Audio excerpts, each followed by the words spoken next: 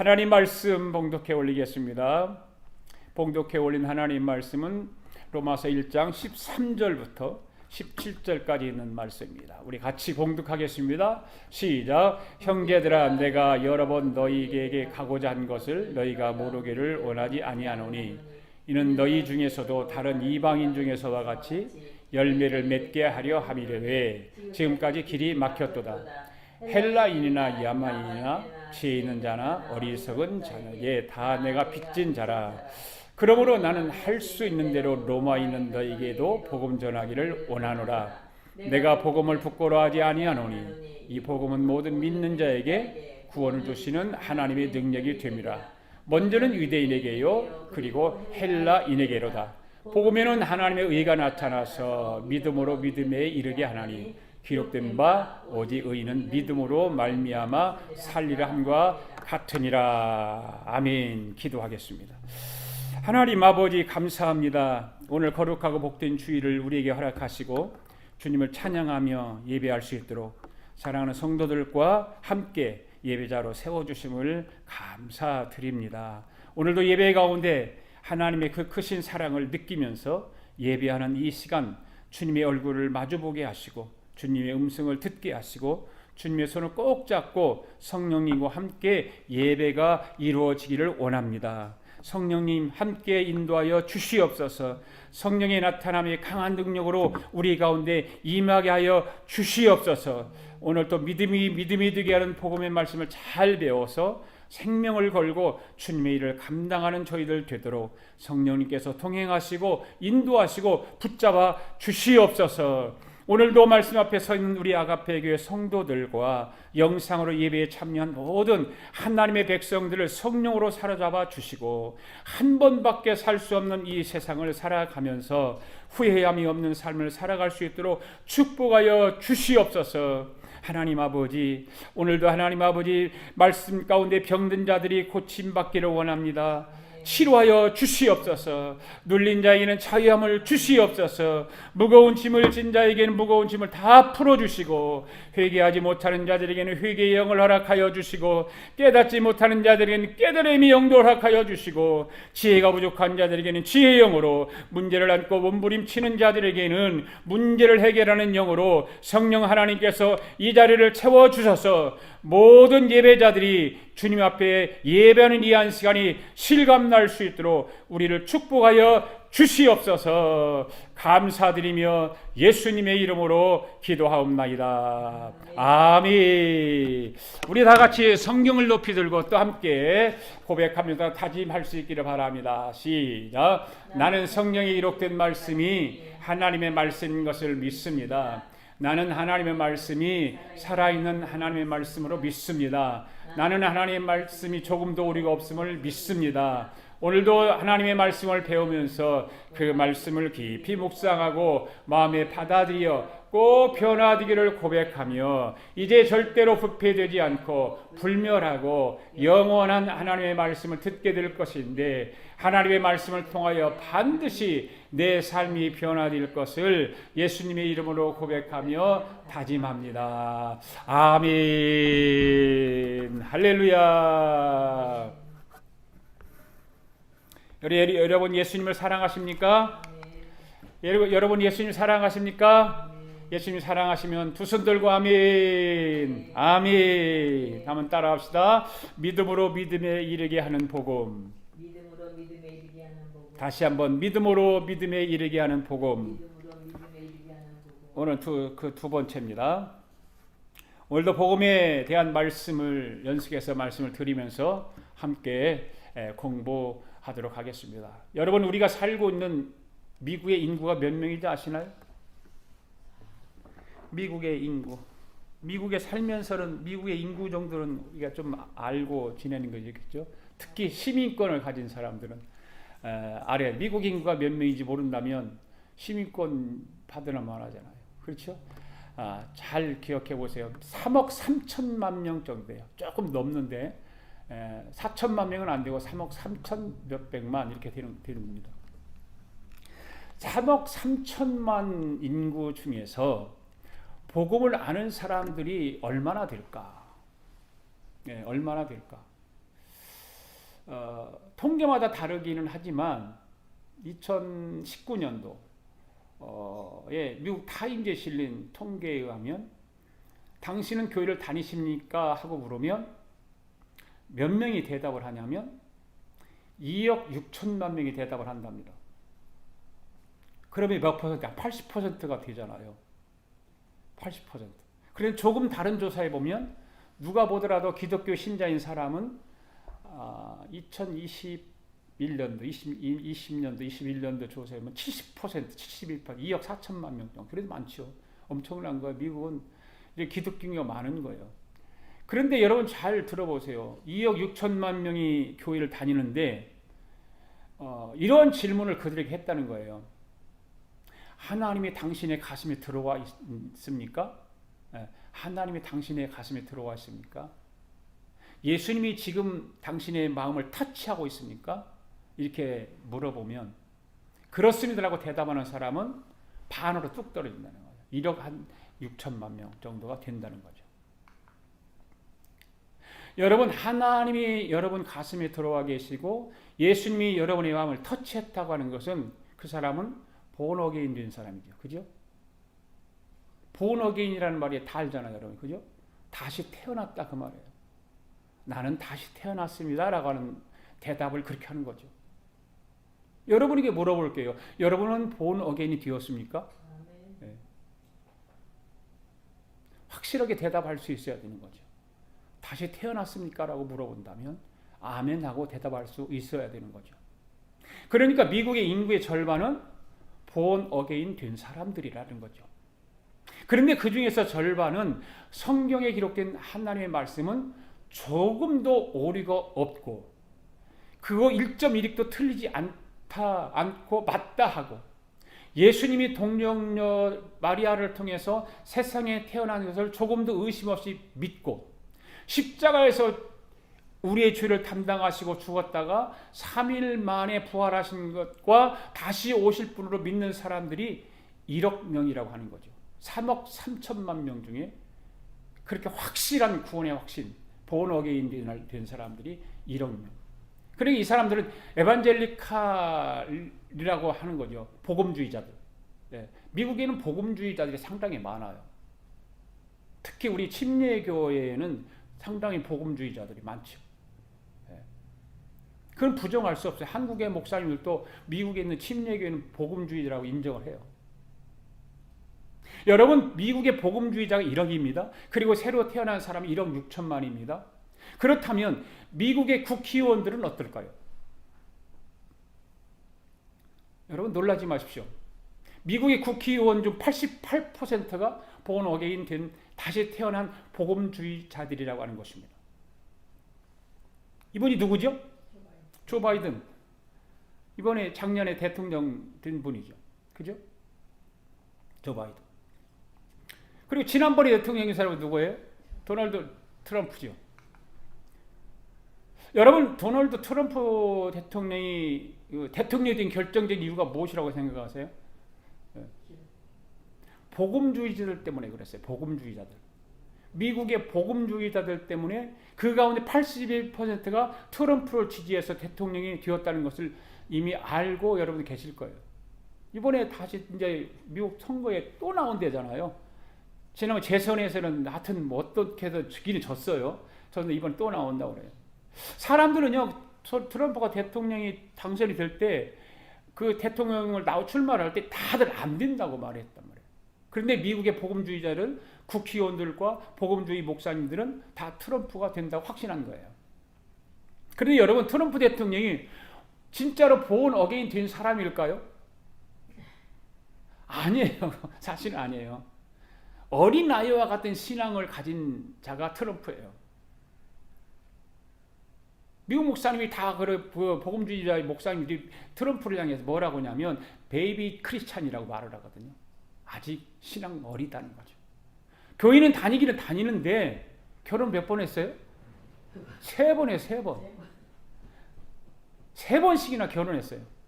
그 거듭나지 않은 거죠. 본어건이 안 된 거예요. 그렇지만 미국 목사님들이 볼 때 국회의원들 중에서도 새로 태어난 사람들이 있었지만 그들이 조금 약하다고 생각을 하고 트럼프를 구약 성경에 나오는 누구와 비교를 하냐면 고레스 왕하고 비교를 해요. 고레스 왕이 누구지요? 이스라엘을 해방시켜준 왕이잖아요. 예. 고르바초프가 고레스라는 이름이라고 내가 설명을 했었잖아요. 그래서 고르바초프가 소련을 붕괴시키고 나라를 다 분립했잖아요. 이게 놀라운 일들이 그게 보통 일이 아니에요. 앞으로 중국이 그럴 가능성이 많아요. 중국이. 미국에서 지금 국회의원들, 상원의원들, 일부 그걸 몰랐던 모든 사람들이 이런 일이 조금씩 일어나기 시작하는 거예요. 그래서 하나님이 일을 해줄 사람이 이 복음자들이 목회자들이 생각을 할 때 트럼프라고 생각을 한 거예요. 그리고 트럼프를 지원해서 지난번에 미국 대통령이 되게 한 거예요. 그리고 트럼프가 대통령이 당선되고 나서 내각을 구성하는데 그 내각 미국 역사상 가장 복음주의자들로 구성이 되었다는 거예요. 국회의원들이 복음주의자들로. 사람들은 욕을 하잖아요. 트럼프에서 욕을 많이 해요. 뭐 특히 이제 미국도 좌파가 있으니까 진보주의자들이 좌파들이 있으니까 트럼프 욕을 많이 하죠. 그런데 복음주의자들은 이상하다고 생각 안 해요. 여러분 이렇게 복음은 인류 역사 가운데 아주 중요한 역할을 하고 있다는 것을 우리는 알아야 되는 거예요. 복음이 세계 역사를 이끌어가는 거예요. 그건 부정할 수가 없어요. 네. 사람들이 세상적인 방법으로 세상적인 무엇을 가지고 운영해 나간다고 하지만 그 중심에는 복음이 있어요. 복음이 세계를 이끌어가고 있는 거예요. 여러분 잘 보십시오. 세계 어느 나라에도 복음이 들어간 나라 가운데 가난하고 자유가 없는 나라가 있나요? 네. 복음이 들어간 나라는 다 잘 살죠.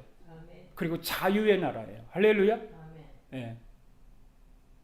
여러분 이분이 누구예요? 네, 우리나라 1, 2, 3대 대통령 이승만 대통령이에요. 이승만 대통령이 우리나라를 건국할 때에 내 기둥으로 우리나라를 건국한 거거든요. 이건 분명히 잘 알아야 돼요. 여러분들이 이걸 몰랐다면 다 기억해서 알아야 돼요. 첫째가 뭐예요? 자유민주주의. 두 번째 자유시장 경제. 그 다음에 한미동맹. 그리고 기독교 입국론. 기독교 복음의 바탕 위에 세운 거예요.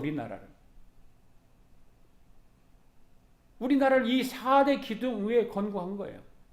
그만큼 복음 모든 믿는 사람들에게 구원을 주시는 하나님의 능력이 되는 것입니다. 아멘. 네. 그래서 십자가 복음을 알 때와 모를 때의 차이는 하늘과 땅 차이만큼 큰 거예요. 네. 그러므로 우리의 생각들이 이성의 뿌리를 두고 논리와 이치에 맞지 않느냐를 통해서 합리적인 생각을 만들어내는 그것을 무슨적 사고라고 말합니까? 철학적 사고라고 말하잖아요. 그래서 철학적 사고를 가지고는 해답이 없기 때문에 계속해서 무엇을 던지고 있어요? 의문을 던지는 거예요. 질문만 해요. 철학적 사고를 가진 거는 질문만 하고 있습니다. 그러다 보니까 결국은 이들은 어디에 빠져요? 허무주의에 빠지는 거죠. 인생을 자포자기하고. 생각은 많은데 답이 없는 거예요. 생각은 참 많아요. 사람들마다 생각이 얼마나 많아요. 그래 답이 없어요. 그것뿐만 아니에요. 어떤 사람은 이성이 아닌 감성의 뿌리를 두고 살아요. 논리보다는 현상을 추구하며 살아가요. 그리고 느낌을 추구하고 황홀한 것이 없을까 하고 찾아다녀요. 인생 황홀한 걸 좋아하잖아요. 여러분들. 육신은 황홀한 걸 좋아하는 거예요. 네. 어떻게 하면 기분 좀 좋을까? 어떻게 해야 내 삶이 행복할까? 네. 그런 목적을 향해 달려가는 거죠. 그렇게 목적을 향해 달려가 보아도 끝이 보일까요? 안 보일까요? 끝이 안 보이는 거죠. 어느 한계점에 가서 부딪히게 돼 있어요. 이렇게 부딪히게. 그래서 알코올 중독에 되어서 술을 마셔보는 거죠. 한계 부딪히니까 답답한 거죠. 그러니까 술이라도 먹어서 좀 이것을 좀 해결해 보자는 거죠. 미친 사람 같이 막 어떤 사람은 차를 타고 다니면서 막 음악을 크게 틀어놓고 막 노래를 따라 불러보기도 하고 그것도 안 되면 결국 마약에 손을 대는 거죠. 또 어떤 사람은 세계 이곳저곳 여행을 다녀봅니다. 그래도 만족이 없습니다. 그러면 어디서 더 좋은 곳이 없을까 하고 계속 찾아보기도 하지만 결국은 벽에 부딪히게 된다 그 말이에요. 그렇다가 다른 힘을 구하기 위해 막 또 신을 찾아가요. 신을 찾아가. 다른 종교에 찾아가. 점도 쳐보고 무당에도 찾아가고. 그 결국에는 종교에 빠지게 되고 사이비 종교에 그래서 빠지고 이단에 빠져보고 미실에도 빠져보는 거죠. 이렇게 말하면 사람들은 목사님 저는 사이비나 이단에 빠지지 않았는데요 라고 말을 하는 사람도 있어요. 그런데 여러분 가만히 생각해 보세요. 여러분 자신이 여러분이 신이 되어 있지는 않느냐 그 말이에요. 여러분 자신이 여러분의 신이 되어 살아가고 있지는 않느냐 그 말이에요. 거기에 빠져서 살아가고 있지는 않습니까 여러분? 그래서 여러분의 말만 믿고 살아가지 않습니까? 그것이 바로 여러분이 종교에 빠져 있는 이단이고 미신인 겁니다. 그것이 여러분 안에 자리 잡고 있는 이단 종교라고 하는 것입니다. 교회를 다니기는 하지만 자기 생각, 자기 주관에 빠져 있는 사람은 하나님의 말씀을 듣기는 하지만 들을 때뿐이라는 거죠. 왜? 자기 종교에 빠져 있으니까. 자기 미신에 빠져 있으니까. 그 사람들은 자기 생각을 따로 가지고 있는 거예요. 예. 여러분 그것은 누가 가져다 줄까요? 사탄이 가져다 주는 거예요. 악한 원수 마귀가 가져다 주는 거예요. 예. 교회는 다니지만 이러한 위험성에 빠질 가능성이 아주 많습니다. 이단에 속한 집단에 가지는 않지만 자기가 이단이 되어서 자신이 사이비가 되어서 거기에 빠져들어 있는 거예요. 빠져 있는 거예요. 우리 아가페 교회 성도들은 한 사람도 그런 사람이 없기를 바랍니다. 아멘. 예. 오늘 우리는 이런 생각 속에 빠져나와야 되는 거예요. 이런 생각 속에서 빠져나오려면 어떻게 해야 될까요? 바로 믿음으로 믿음에 이르게 하는 복음적 생각을 하고 성경은 말하고 있는 거예요. 그렇게 생각하라. 믿음으로 믿음에 이르게 하는 복음적 생각을 하라는 거예요. 즉 무슨 말은 뭐예요? 예수 그리스도를 항상 묵상하고 생각하라 그 말입니다. 오직 복음 즉 예수 그리스도로 인해서 이성적 생각과 감성적 생각을 버리라는 거예요. 그러면 복음을 만나게 되어 있고 오직 성령으로 십자가의 도를 만나게 되어 있습니다. 이것이 인간의 최고의 축복이 되는 거예요. 할렐루야. 이 십자가의 도에 도달하게 되면 그 사람의 무엇을 보게 될까요? 그 사람의 영적인 눈에는 거룩한 성, 저 새 예루살렘, 저 멀리 비는 시온성이 자기 눈앞에 보이는 거예요. 아멘. 네. 여러분은 인간은 세 가지 생각에 빠지게 되어 있잖아요. 철학적인 생각에 빠져서 인생을 허무하게 마감을 하느냐, 종교에 빠져서 나 자신이 종교가 되어 그 속에서 허우적거리며 사느냐, 아니면 오직 복음으로 십자가의 도에 도달해서 저 멀리 비는 시온성인 새 예루살렘을 향해 달려가느냐 하는 거예요. 세 가지에 빠져 있어요. 다. 여러분이 세 가지 중에서 여러분은 어디에 해당이 돼요? 어디에 빠져야 될까요? 십자가의 도에 오직 복음에 빠져 있어야 돼요. 믿음으로 믿음에 이르게 하는 이 복음 안에서 살아가야 되는 거죠. 오직 복음으로 십자가의 도를 붙잡고 이긴 자가 되어서 새 예루살렘의 주인공들이 다 될 수 있기를 주의 이름으로 축복합니다. 아멘. 여러분 우리는 사탄으로부터 이겼습니다. 아멘. 우리는 세상으로부터 이겼습니다. 할렐루야. 아멘. 예, 한번 따라합시다. 우리는 사탄으로부터 이겼습니다. 우리는 사단으로부터 이겼습니다. 우리는 세상으로부터 이겼습니다. 우리는 세상으로부터 할렐루야. 그렇다면 복음이란 무엇일까요? 복음은 하나님이 살아계심을 믿는 것입니다. 할렐루야. 사랑하는 성도 여러분, 하나님이 살아계심을 믿습니까? 아멘. 여러분 복음의 시작은 하나님의 살아계신 것을 인정하는 것으로부터 시작하는 것입니다. 이것을 로마서에서 말씀에는 믿음으로 믿음에 이르게 한다라고 되어 있습니다. 한번 다 같이 한번 읽어볼까요? 시작. 복음에는 하나님의 의가 나타나서 믿음으로 믿음에 이르게 하나니 기록된 바 오직 의는 믿음으로 말미암아 살리람과 같으니라. 사랑하는 성도 여러분, 여기서 말씀하는 하나님의 의는 무엇일까요? 복음에는 하나님의 의가 나타난다 그러는데 그 하나님의 의는 무엇일까요? 여기서 말하고 있는 하나님의 의는 하나님의 의에 적합하고 받아들여질 만한 인간의 의를 말하는 것이 아니에요. 욥이 고백한 대로 인간은 자기의 의로 하나님의 의에 이를 수 없다라고 얘기했어요. 하나님께서 당신의 의에 적합하고 받아들여질 만하도록 믿는 자들에게 가져오신 하나님의 의를 말하는 거예요. 이것이 어디에 나타나는가? 바로 복음에 계시되었다는 거죠.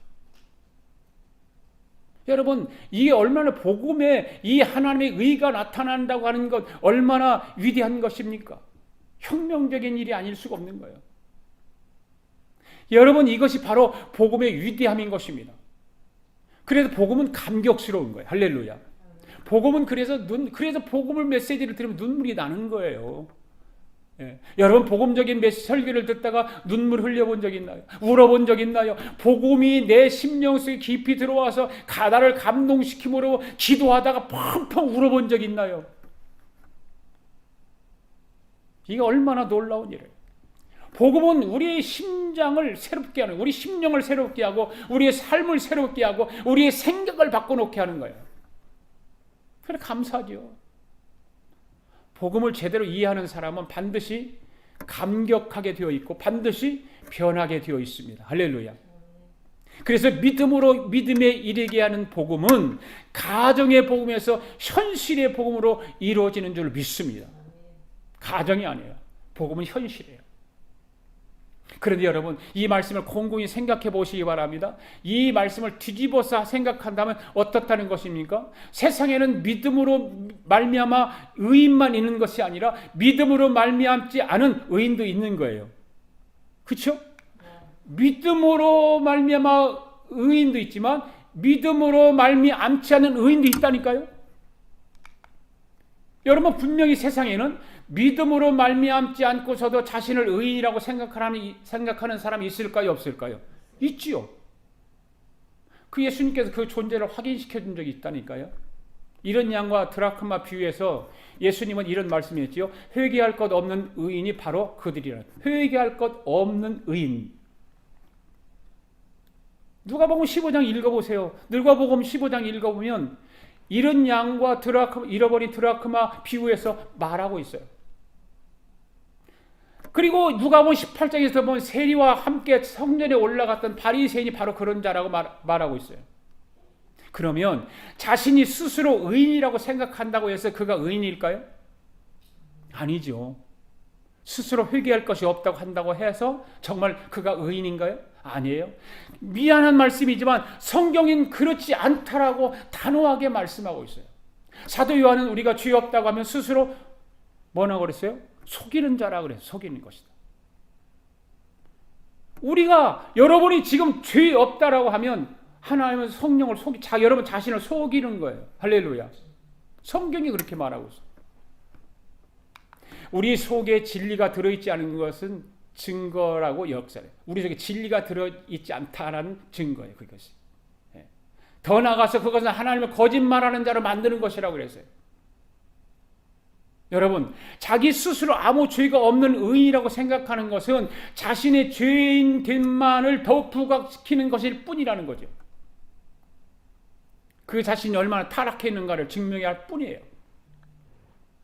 보십시오. 성경에 보면 간음하다가 현장에서 잡혀온 여인을 죽이기 위해서 돌을 들었던 그 완악한 사람들이 있었잖아요. 그런데 그 완악한 사람들조차도 죄 없는 자가 먼저 돌로 치라고 예수님께서 말씀을 하셨을 때 그 말씀을 듣고는 어떻게 했어요? 한 사람도 빠짐없이, 단 한 사람도 예의 없이, 말 없이 돌아섰어요.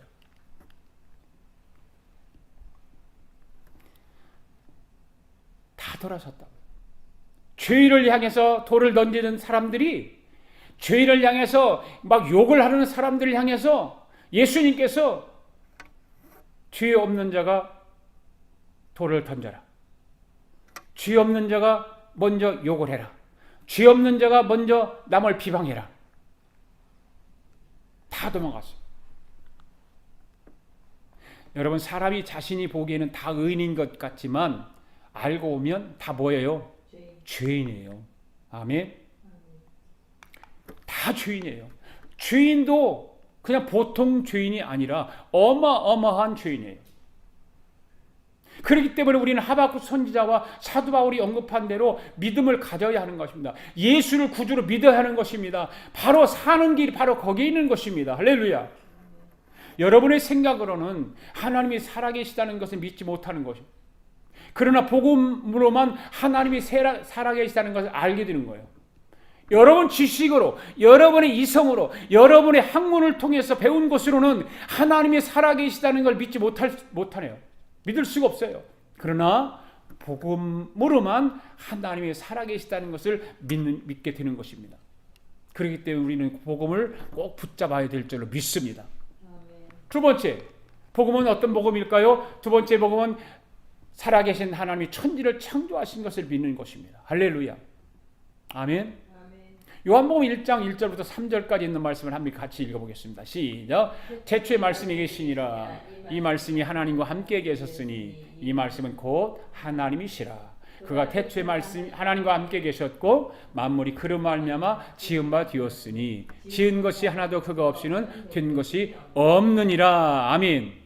하나님의 살아계신 걸 믿는 것이 복음의 첫 번째 단계라면 복음의 두 번째 단계는 천지를 창조하신 분이 하나님 즉 예수 그리스도라는 것을 믿는 것입니다. 아멘. 세 번째 복음이 뭘까요? 천지를 창조하신 하나님이 인간으로 오셨다는 거예요. 하나님이 사람으로 오셨다는 거예요.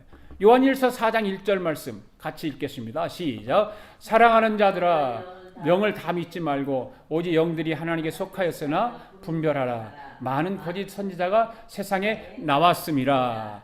이로써 너희가 하나님의 영을 알지니 곧 예수 그리스도께서 육체로 오신 것을 시인하는 양마다 하나님께 속한 것이요 예수를 시인하지 아니하는 양마다 하나님께 속한 것이 아니니 이것은 곧 적그리스도의 영이니라. 벌써 세상에 있느니라. 여러분, 이 말씀이 무슨 말씀인가 하면 여러분의 입에서 하나님이 사람으로 태어난 분이 예수다는 하는 것을 말을 하는 순간에 창조주 하나님이 성령으로 여러분 속에 들어간다 그 말이에요. 아멘. 여러분, 사람이 제일 첫 번째로 알아야 할 것은 복음의 핵심인 창조주 하나님이 육신의 몸을 입고 이 땅에 오신 분이 예수님이라는 사실을 믿는 것입니다. 할렐루야. 이걸 아는 것이 복음의 첫 번째란 말이에요. 여러분, 천지를 창조하신 하나님이 사람을 이 땅에 오셨다는 사실을 믿습니까? 그러니까 지금 여러분 안에 복음을 받아들이기 위해서 어떻게 해야 하는가 하면 바울은 말하기를 이성적 생각과 합리적 생각과 종교적 생각을 가지고 있으면 복음이 들어갈 수 없다는 거예요. 그걸 다 내려놓으라는 거예요. 고린도후서 10장 4절 말씀 한번 읽어볼까요? 시작. 우리는 싸우는 무기는 육신에 속한 것이 아니요 오직 견고한 진도 무너뜨리는 하나님의 능력이라. 아멘. 이 말씀을 보면 우리 싸움은 육체가 아니고 하나님 앞에 견고한 진과 싸운다 그렇게 말하고 있어요. 여기 견고한 진이 뭐라고 그랬죠? 진은 생각이라고 그래요. 견고하는 것은 뭐예요? 견고하는 거 뭘 견고하다고 그랬어요? 고집. 생각이 고집스러운 거죠. 그죠? 네. 그러니까 견고한 진은 누구도 이길 수 있습니까? 없습니까? 없어요. 누구도 못 이겨요. 생각하다가 고집을 갖다가 덮어버린 사람은 누가 말 듣지 않아요. 누가 말을 해서 소용없어요. 천하의 어떤 사람도 못 이겨요. 그래서 성경은 우리가 싸울 것은 육신에 속한 것이 아니라 내 안에 있는 생각 더하기 견고한 고집과 싸우라고 하는 거예요. 아멘. 자기 자신과는 안 싸우면서, 그죠? 자기 안에 있는 견고한 그 고집하고는 싸우려고 하지도 않으면서 엉뚱한 것과 싸우는 거예요. 그런데 여러분, 복음밖에 여러분의 생각과 하나님이 대적하는 것을 무너뜨릴 수 없다는 것을 꼭 기억하시기를 바랍니다. 여러분의 견고한 고집을 누구도 깨트릴 수 없어요. 오직 복음만이. 아멘. 오직 복음만이. 그러면 복음이 들어가게 하려면 어떻게 해야 될까요? 그러면 당연히 그 거꾸로 얘기하면 고집을 깨야죠. 그렇잖아요. 고집을 깨야 하는 거예요. 아멘. 선입견을 깨야 하는 거예요. 할렐루야. 그동안 거짓에 속은 것을 무너뜨려야 하는 거예요. 그래야 복음이 여러분 속에 들어가는 거예요. 할렐루야. 5절 말씀부터 한번 읽어봅시다. 시작. 모든 이론을 무너뜨리며 하나님이 아는 것을 대적하여 높아진 것을 다 무너뜨리고 모든 생각을 사로잡아 그리스도에게 복종하게 하니. 아멘. 그동안 잘못 배운 생각과 사상을 무너뜨리라는 거예요. 복음 앞에 내려놓으라는 거예요. 그래야 예수님이 여러분 안에 들어가 계시는 것입니다. 아멘. 여러분 예수님이 이 세상을 창조한 주인이신 것을 믿습니까? 예수님이 사람으로 오셨다는 걸 믿습니까? 할렐루야. 그 다음 네 번째 복음은 뭘까요? 하나님으로부터 온 예수님이 십자가에 죽었다는 거예요. 아멘. 로마서 1장 16절 말씀 읽습니다. 시작. 내가 복음을 흑고라하지 아니하노니 이 복음은 모든 믿는 자에게 구원을 주시는 하나님의 능력이 됨이라. 먼저는 유대인에게요 그리고 헬라인에게로다. 여러분 이 복음은 모든 믿는 자에게 구원을 주시는 하나님의 능력이 됨이라고 했습니다. 그렇다면 우리가 구원이라고 할 때 구원 그것은 무엇으로부터 구원을 말하는 걸까요? 무엇으로부터 구원? 그렇죠. 구원이라고 죄의 권세로부터 구원을 의미하는 거예요. 믿습니까? 네. 구원이란 바로 이 사단의 지배에서 벗어나는 것을 말하는 거예요. 성경은 예수께서 오신 목적이 마귀의 종로로 타는 자들을 놓아주기 위함이라고 히브리서 2장에서 말하고 있거든요. 마귀의 종로를 하는 자를 놓아주기 위해서 예수님이 오셨다. 네. 그리고 복음이 죄의 종로로 타는 마귀를 물리친다는 거예요. 그 또한 구원이란 죄책으로부터 구원을 말하는 거예요. 죄책. 예. 빚진 사람은 빚을 갚아야 할 책임이 있지 않습니까? 그렇잖아요. 남에게 돈을 빌려서 빚을 졌어요. 그럼 갚아야 할 책임이 있어요? 없어요? 있지요. 마찬가지로 죄를 지은 사람도 죄에 대한 책임을 가져야 하는 거예요. 성경은 로마서 6장에서 뭐라고 그랬어요? 죄의 삭은 사망이라. 아담의 자손 중 그 누구도 이 죄책으로부터 자유롭지 못하게 되어 있어요. 성경은 하나님이 우리 죄에 대한 책임을 우리에게 돌리지 아니하시고 어떻게 하냐면 죄를 알지도 못한 곧 사람 예수 그리스도를 우리에게 보내셨어요. 그래서 예수님께 물으셨음을 증거하고 있어요. 그 물었어요. 죄의 값을 물으셨다니까. 예수님에게 묻도록. 그래서 예수 안에 있는 자는 결코 로마서 8장 1절 같이 정죄함이 있다 없다? 없다. 바로 십자가의 도가 예수 그리스도께서 우리를 구원하는 것입니다. 빌립보서 2장 8절 말씀 한번 볼까요? 시작. 사람의 모양으로 나타나서 자기를 낮추시고 죽기까지 복종하셨으니 곧 십자가에 죽으십니다. 여러분 바울이 이 십자가의 도를 알고 난 이후로 자기 자신의 생각들이 잘못되었다는 사실을 알게 된 거예요. 어떻게 해요? 3장 8절 시작. 또한 모든 것을 해로 여김은 내 주 그리스도 예수를 아는 지식이 가장 고상하기 때문이라. 내가 그를 위하여 모든 것을 잃어버리고 배설물로 여김은 그리스도를 얻고. 그렇죠. 그래서 바울은 십자가의 도를 알고 난 이후로 모든 것을 다 잃어버리고 배설물로 여겼다고 했습니다. 여러분 십자가의 도를 믿습니까?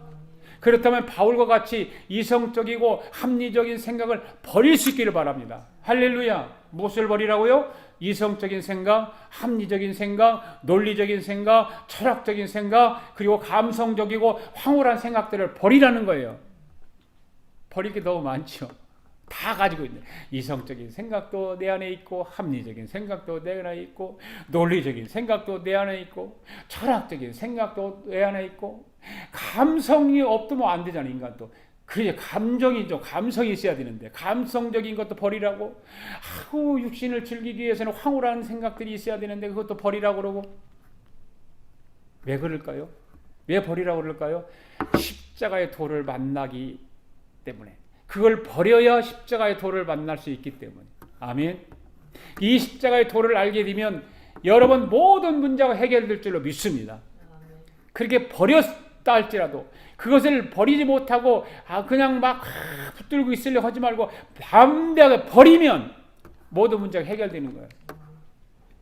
꼭 이 복음을 가슴 속에 꼭 품고 새 예루살렘까지 함께 갈 수 있기를 바랍니다. 다섯 번째 복음은 어떤 복음일까요? 예수님 부활을 믿는 거예요. 그리고 저와 여러분도 부활의 몸으로 들어가는 걸 믿는 것입니다. 고린도전서 15장에 있는 말씀 한번 8절까지 한번 읽어보겠습니다. 시작. 형제들아 내가 너희에게 전한 복음을 너희에게 알게 하노니 이는 너희가 받은 것이요 또 그 가운데 선 것이라. 너희가 만일 내가 전한 그 말을 굳게 지키고 헛되이 믿지 아니하면 그로 말미암아 구원을 받으리라. 내가 받은 것을 먼저 너희에게 전하노니 이는 성경대로 그리스도께서 우리 죄를 위하여 죽으시고 장사 천년바 드셨다가 성경대로 사흘 만에 다시 살아나사 게바에게 보이시고 후에 12 제자에게와 그 후에 500여 형제에게 일시 보이셨으니 그 중에 지금까지 대다수는 살아있고 어떤 사람은 잠들었으며 그 후에 야고보에게도 보이셨으며 그 후에 모든 사도에게와 맨 나중에 만삭되지 못한 난자 같은 내게도 보이셨느니라. 아멘. 사랑하는 성도 여러분, 예수님께서 3일 만에 죽으셨다가 3일 만에 부활하셨다는 사실을 믿습니까? 주님께서 부활하신 것처럼 우리도 부활한다는 사실을 믿습니까? 다시 한번 물어보겠습니다. 예수님께서 십자가에 달려 돌아가셨다가 3일 만에 부활하셨다는 걸 믿습니까? 우리도 주님처럼 부활할 걸 믿습니까? 그렇면 예수님의 부활과 내가 어떤 관계에 있는가? 예.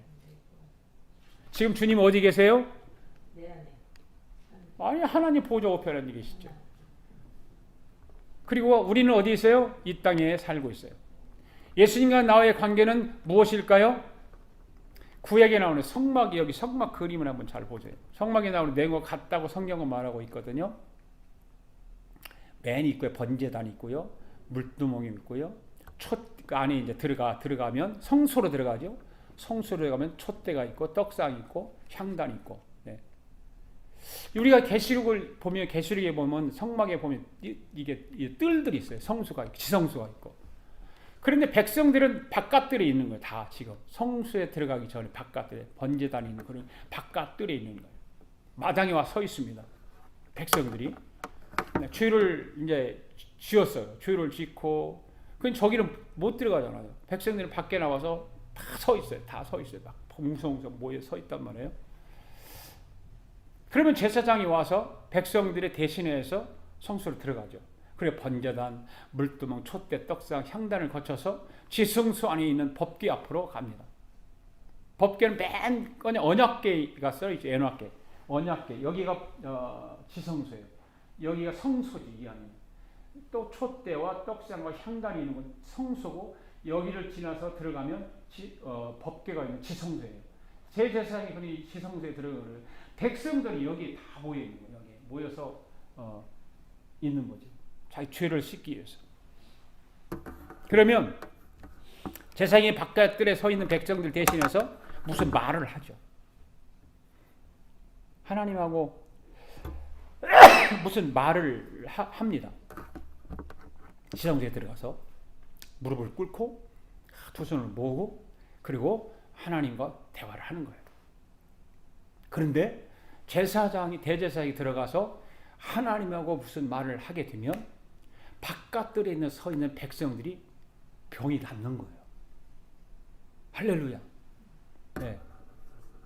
신기하잖아요. 대제사장이 들어가서 하나님하고 뭔 말을 하는데 밖에 있는 병자들이 병이 낫는 거예요. 여러분 그런데 지금도 예수님이 하늘 보좌 지성소에 계세요 안 계세요? 계시죠. 그리고 하나님하고 뭐라고 무슨 말을 하고 있어요. 그죠? 무슨 말을 하고 있을까? 바로 이 땅에 예수님을 구주로 믿는 사람들, 바로 저와 여러분들을 위해서 주님이 뭐라고 말을 하고 있습니다. 아멘. 예수님은 우리의 대제사장이에요. 할렐루야. 아멘. 그 대제사장이 뭐라고 말을 하기 때문에 오늘 우리가 예배하는 중에도 기적이 일어나요, 안 일어나요? 일어나는 거예요. 할렐루야. 믿습니까? 성막으로 말하자면 바깥들에 서 있는 백성들이 대제사장이 지성소에 들어가 하나님과 말을 하고 있을 때 백성들에게 기적이 일어났듯이 지금도 여러분들이 하나님 전에 나와 예배를 드리고 있는데 우리의 대제사장 되시는 예수님께서 하나님과 뭐라고 대화를 하는데 우리에게도 기적이 일어나고 있는 거예요. 지금 예배하는 이 시간에. 여러분, 저는요 하나님으로부터 치유받은 일들이 많아요. 육신의 아픔, 질병, 그런데 저는 군대를 가기 위해서 신체 검사를 받으러 갔어요. 그 신체 검사를 받다가 깜짝 놀랐어요. 폐가 안 좋대, 폐가. 네. 폐가 안 좋으니까 너는 더 이상 군대 갈 수 없으니까 집에 가서 1년 동안 치료하고 다시 오라는 거예요. 그럼 1년 동안 집에 왔는데 뭐 그냥 갑갑해요. 그냥 뭐 신체검사 군대 가려고 신체검사를 받으러 갔다가 군대도 못 가고 다시 빠꾸야가 맞아가지고 오니까 기분이 별로잖아요. 뭐 지나면서 약도 안 먹고 1년 동안 지났어요. 예. 그러면서 내 마음속에 작은 믿음이 있는 거죠. 하나님이 치유해 주시겠지. 그러면서 약 안 먹어서 불안한 것도 없고 그냥 평안해요. 예. 그 일로 인해서 뭐 군대를 가지는 않았지만 지금까지 건강하게 하나님 일을 잘하고 있어요. 네. 그 후에서 저는 하나님께서 나의 건강을 만져주실 일이 너무 많아요. 네. 오늘 여러분도 예배 가운데 보이지는 않지만 하나님께서 여러분의 아픈 부분을 치유하시는 줄로 믿습니다. 네. 바로 구약의 성막의 원리를 보면 오늘도 대제사장인 예수님께서 저와 여러분의 각자의 신음소리를 듣고 하나님께 알이 있기 때문입니다. 대제사장인 예수님이 우리의 신음소리를 듣고 하나님께 아리는 거예요. 아버지 하나님께. 오늘도 그 믿음을 가지시기 바랍니다. 아멘. 주님의 선하신 능력을 믿습니까, 여러분? 네. 그러니까 여러분 하나님 앞에 예배 드릴 때 그냥 건성으로 드려야 돼요? 잘 드려야 돼요? 잘 드려야 되죠. 건성으로 드리면 안 돼요. 아멘? 네. 절대 건성으로 드리면 안 돼요. 온 마음을 다해서 예배를 드려야 돼요.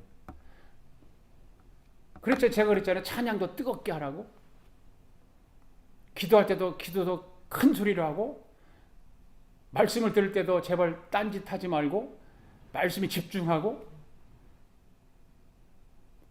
여러분 교회 와서 예배를 정성을 다 들여서 말씀에 집중해 들어도 교회 문만 열고 나가면 다 까먹잖아요. 그런 집중하지 않고 다른 곳에 마음을 빼앗기면 기적이 일어날까요? 안 일어날까요? 안 일어나요. 여러분의 마음가짐에 따라서 성령의 역사는 달라지는 겁니다. 오늘 예배를 통해서 성령의 강한 은혜가 있기를 바랍니다. 아멘. 지금 이 시간도 우리 대장 되신 예수님이 하늘 보좌에서 저와 여러분을 위하여 하나님과 계속해서 대화하고 있는 거예요. 대화하고 말하고 있는 거예요. 그래서 우리가 예수를 믿는 거예요. 이것이 뭐냐? 복음이라는 거예요. 복음. 할렐루야. 그래서 예수 그리스도를 믿는 것이 기적인 거예요. 예수를 믿는다는 것이 기적인 거예요. 왜요? 저와 여러분의 이성으로는 예수님을 구주로 믿을 수가 없기 때문이죠. 복음을 받아들이지 못하게 하기 때문에 뭐가요? 내 이성과 내 안에 이성과 감성이 거부를 하는 거예요.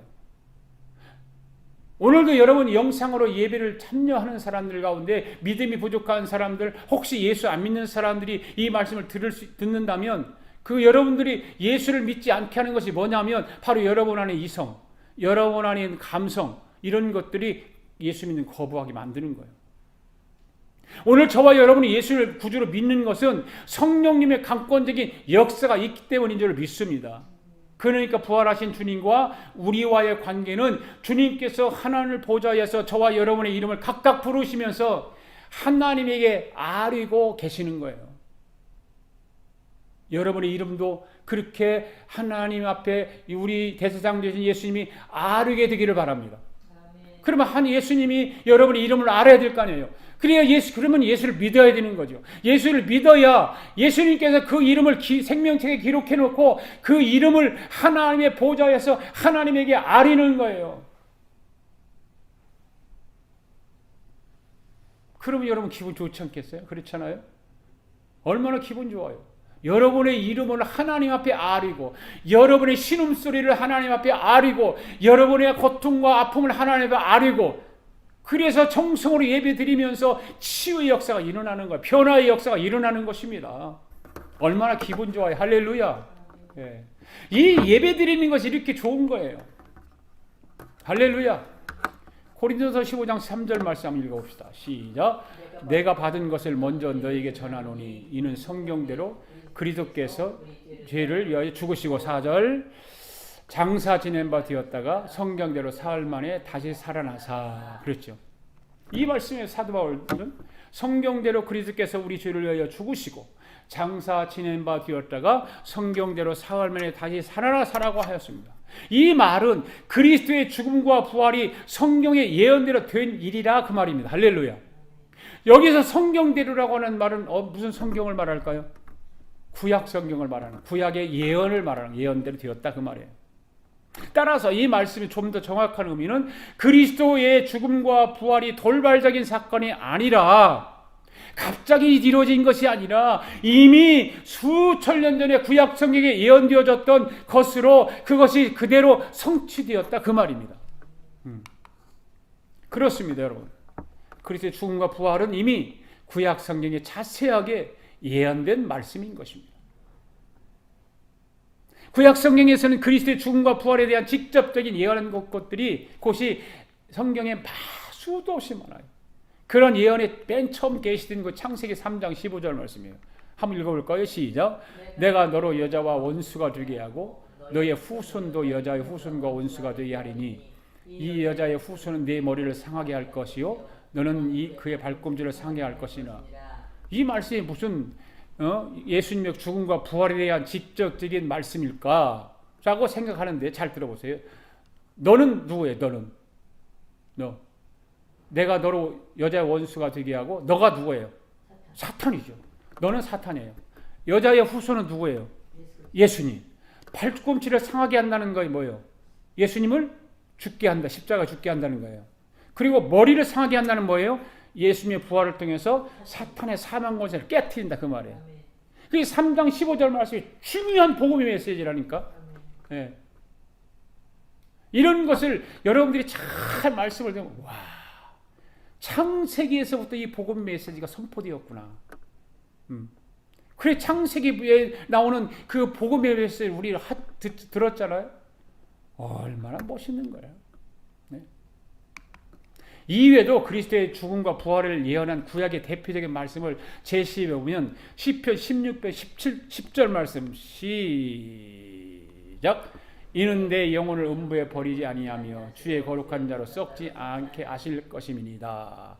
호세아 6장 2절 말씀 시작. 여호와께서 이틀 후에 우리를 살리시며 우리가 그 앞에 설리라. 스가랴 12장 10절 말씀. 내가 다윗의 집과 예루살렘 거민에게 은총과 간구하는 심령을 부어주리니 그들이 그 찌른 바 그를 바라보고 그를 위하여 애통하기를 독자를 위하여 애통하듯 하며 그를 위하여 통곡하기를 장자를 위하여 통곡하리로다 하였습니다. 이외에도 예수님의 죽음과 부활에 대한 예언은 구약성에 수도 없이 많이 나옵니다. 그렇기 때문에 여러분 예수 그리스도의 죽음과 부활은 틀림없는 사실입니다. 할렐루야. 의심할 필요가 없는 거예요. 사실이에요. 또 예수님께서 하나님의 아들이시오 그리스도라고 하는 것은 분명한 사실이에요. 할렐루야. 예수님의 부활 직후 예수님의 부활을 허위인 것처럼 날조하는 유대 종교 지도자들이 있었잖아요.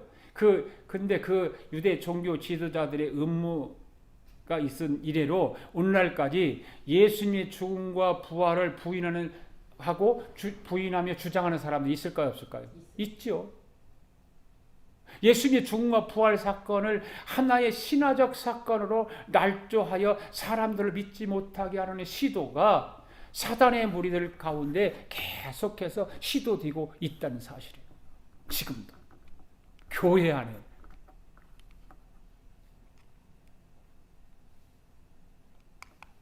예수님의 죽음을 우발적인 사건으로 치부하고 예수님께서 그리스도가 아닌 것으로 호도하고 그것이 지금까지 2000년 동안 계속 이어지고 오는 거예요. 이 모두가 우리로 하여금 그리스도를 믿지 못하게 하려고 하는 사단의 음모인 줄로 믿습니다. 많은 사람들을 유혹해서 예수 못 믿게 교회 나가지 못하게 하고 그러므로 성도 여러분, 우리는 그리스도의 죽음과 부활 사건이 구약 성경에 예언된 대로 이루어진 명백한 사실인 것을 확인해야 됩니다. 그래서 이 그리스도에 대한 마음에 흔들림이 없어야 돼요. 그리스도에 대한 마음, 예수님에 대한 마음, 흔들림이 없어야 되는 거예요. 그럴 때 우리도 성경 말씀대로 그리스도와 같이 죽음을 이기고 생명의 부활에 참여하게 되는 줄로 믿습니다. 할렐루야. 이번 한 주간도 부활의 소망을 더 굳건하게 하여 복음으로 악한 원수마귀를 물리치고 승리하는 저와 여러분 될 수 있기를 주의 이름으로 축복합니다. 할렐루야.